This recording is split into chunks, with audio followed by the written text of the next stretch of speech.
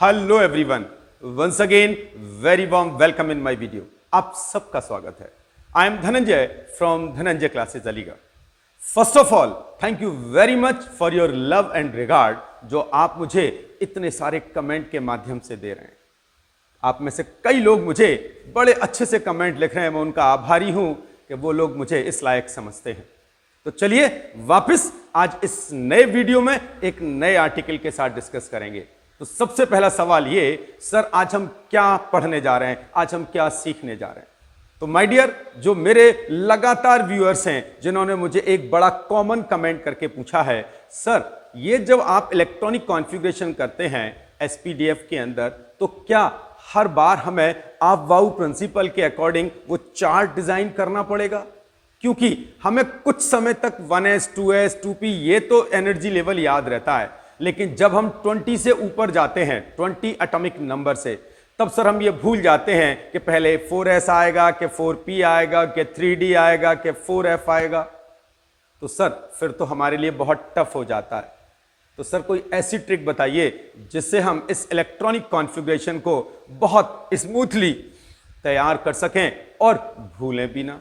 तो आइए कोशिश करता हूं आपकी इस परेशानी को सॉल्व करने की, और बात करेंगे क्या हम ऑफ वाउ प्रिंसिपल को किसी और तरीके से भी क्लियर कर सकते हैं। तो जो मेरे रेगुलर व्यूअर्स हैं वो जानते हैं हमारा जो डिस्कशन चल रहा है ऑफ वाउ प्रिंसिपल पे चल रहा है। मेरे हिंदी भाषी बहुत अच्छे से जानते हैं ऑफ वाउ नियम। अपने पिछले वीडियो में भी मैंने इस बात का जिक्र किया था माय डियर कि ऑफ वाउ कोई वैज्ञानिक का नियम नहीं है, बल्कि एक जर्मन वर्ड है जिसका मतलब होता है किसी चीज की रचना करना, निर्माण करना। क्लियर है? बिल्डिंग अप कहते हैं इसे हम इंग्लिश के अंदर। यानी कि आज हम बात करेंगे कि ऑफ वाउ प्रिंसिपल का यदि वो चार्ट हमारी नॉलेज में नहीं है, तो आखिर हम उसे बिना याद किए और बिना गलती किए कैसे इलेक्ट्रॉनिक कॉन्फ़िगरेशन करेंगे। तो उसके लिए बस आपसे रिक्वेस्ट करूंगा कि ये जो हमारी शेल होती, सब शेल होती हैं, कौन कौन सी? एस, पी, डी और एफ, इसको मत भूलिएगा माय डियर।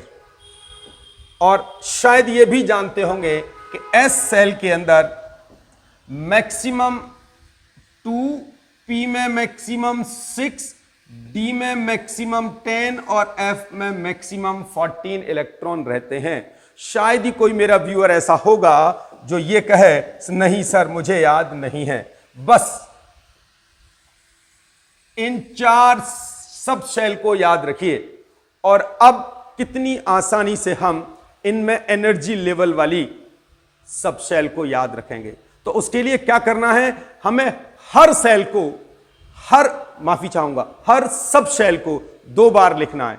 बच्चा सर मैं नहीं समझा आप क्या कह रहे हैं। आइए एस, पहले एस सब शेल को 2 बार लिखिए, एस एंड एस, ठीक है, एस। अब पी और एस, ये पी और एस को 2 बार लिखिए, और स्टार्टिंग बैक से करेंगे। आइए बैक से करते हैं, कलर बदल देता हूं जिससे याद रहे। पी एंड एस, वापस 2 बार रिपीट करना है, पी एंड एस। अब डी से स्टार्ट करिए, डी से, और डी पी एस बैक से चलेंगे, और फिर 2 बार रिपीट करिए। कलर इसीलिए चेंज कर रहा हूं जो मेरे व्यूअर्स हैं वो कंफ्यूज ना हो। डीपीएस, और वापस एक बार और रिपीट कर दीजिए, डीपीएस।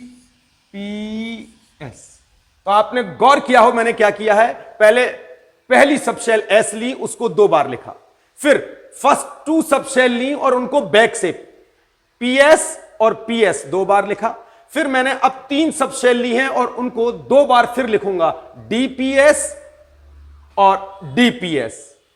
अब चौथी सबशेल पे आ गया हूं, और इस पर भी सेम रूल अप्लाई करिएगा माय डियर।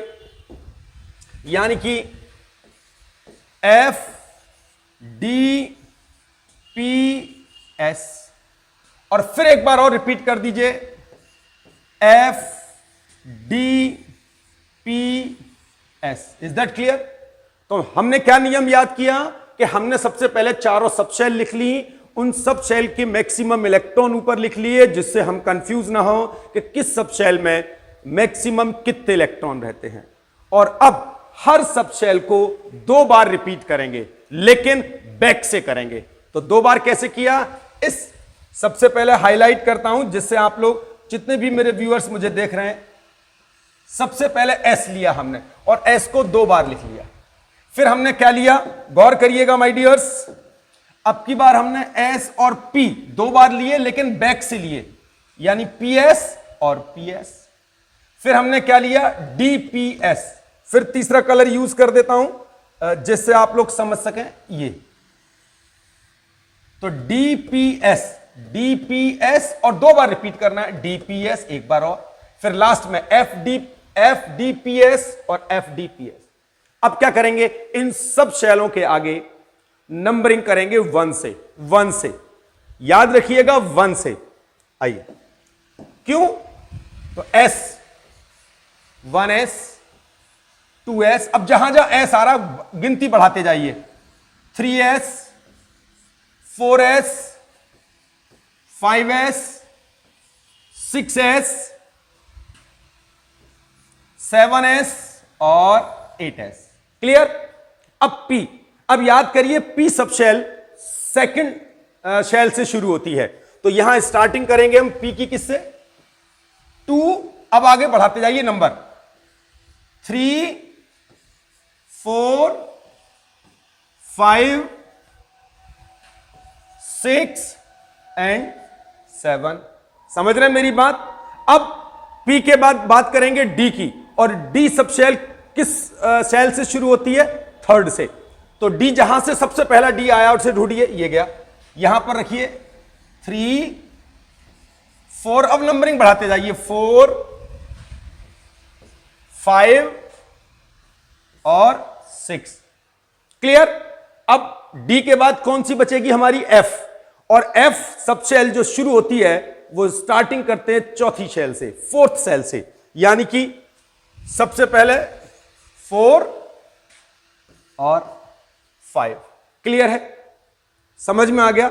अब इनके बीच में एरो लगा देते हैं, जिससे ये याद रहे कि इसका मतलब किसकी एनर्जी किससे ज्यादा है।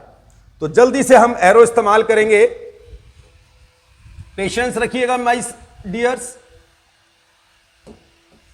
अब ये सब जगह अपन एरो लगा देंगे, जिससे हमें याद रहे कि एनर्जी का बढ़ने का ग्राफ किस प्रकार से हमें डिजाइन करना होता है। उम्मीद करता हूं आसान सा लगने लगा होगा, लेकिन जो स्टूडेंट की एक कैरेक्टरिस्टिक प्रॉपर्टी होती है वो क्या, जब तक उन्हें एग्जाम्पल का डेमो नहीं देंगे आप, तब तक वो मानने को तैयार ही नहीं होते कि हमने कोई ट्रिक एकदम अच्छे से तैयार कर ली है। तो माय डियर, आपकी वो नाराजगी भी दूर कर देता हूं, पहले एरो कंप्लीट कर लेता हूं, जिससे ये बता सकूं आपको कि किस प्रकार हम अपने एनर्जी लेवल के इस चार्ट को तैयार कर पाए बिना ऑफबाउ प्रिंसिपल का चार्ट बनाए। ये एरो इस बात को इंडिकेट कर रहा है कि किसकी एनर्जी किससे ज्यादा है। तो आप देखिए, अब हमने तैयार कर दिया एरो के माध्यम से। ये एरो के चार्ट हमें ये बताता है कि 1s से एनर्जी 2s की ज्यादा, 2s से 2p की, 2p से 3s की, 3s से 3p की, 3p से 4s, 3d, 4p, 5s, और माय डियर इस प्रकार अब हमने 8s तक लास्ट कैलकुलेट कर दिया है। तो अब हमने क्या किया, आप बाऊ का वो जो चार्ट था कि पहले 1s फिर 2s 2p 3s 3p, वो याद करने की जरूरत नहीं, जल्दी से आप इसे रफ पर कहीं लिख लेंगे और फिर क्या करेंगे, जिसका भी इलेक्ट्रॉनिक कॉन्फ़िगरेशन करना हो, पहले इनको थोड़ा सा नजदीक ले आते हैं, जिससे आपको 1-2 एग्जाम्पल दे दूं और आपको ये रियलाइज कराऊं कि ये ट्रिक कितनी शानदार है। आइए एग्जाम्पल लेंगे, एक एग्जाम्पल ले लेते हैं। सबसे पहले स्कैंडियम का, एटॉमिक नंबर 21। रेगुलर व्यूअर्स बहुत अच्छे से जानते हैं एटॉमिक नंबर का मतलब स्कैंडियम के पास 21 इलेक्ट्रॉन हैं और हम हमेशा इलेक्ट्रॉनों का कॉन्फ़िगरेशन करते हैं, जो डिस्ट्रीब्यूशन करते हैं शेल और सब शेल में, वो हमेशा माय डियर इलेक्ट्रॉन का करते हैं। याद रखिएगा, क्योंकि कई सारे बॉयज और गर्ल्स प्रोटॉन भी गलती कर देते हैं, हमेशा प्रोटॉन न्यूक्लियस में रहते हैं। तो अब 21 इलेक्ट्रॉन का करना है। अब वो याद रखने की जरूरत नहीं, ऑफ बाउ प्रिंसिपल। अब तो डायरेक्ट बस इस चार्ट को फॉलो कर दो। आप आ जाओ 1s2 comma 2s2 comma 2p6 comma 3s2 comma 3p6 comma 4s2 comma, अब इलेक्ट्रॉन पहले गिन लें, यानी गड़बड़ ना हो जाए।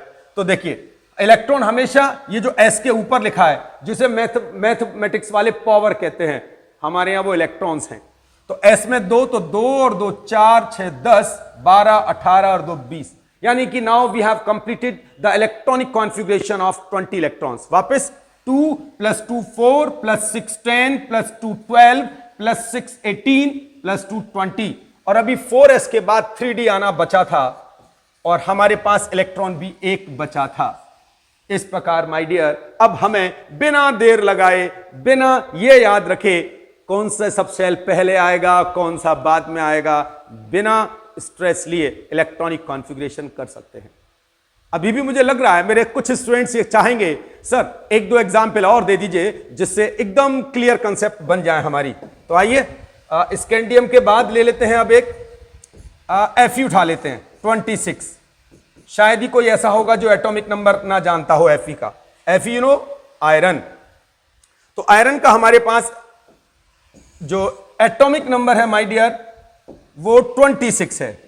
अब मेरे कई सारे व्यूअर्स पूछेंगे सर ये जो एटॉमिक नंबर होता है ये हमें एग्जाम में दिया जाएगा? कभी नहीं। ये एटॉमिक नंबर आपको माय डियर्स लर्न करने हैं, ये आपको हमेशा तैयार रखने हैं।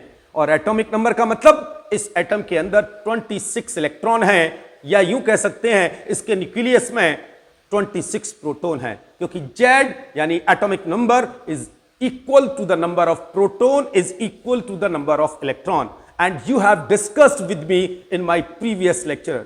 Is that clear my dear? तो मेरे पिछले वीडियो में आपने इन सब चीजों को बहुत अच्छे से समझ लिया है, तो उसको रिपीट नहीं करेंगे अपन।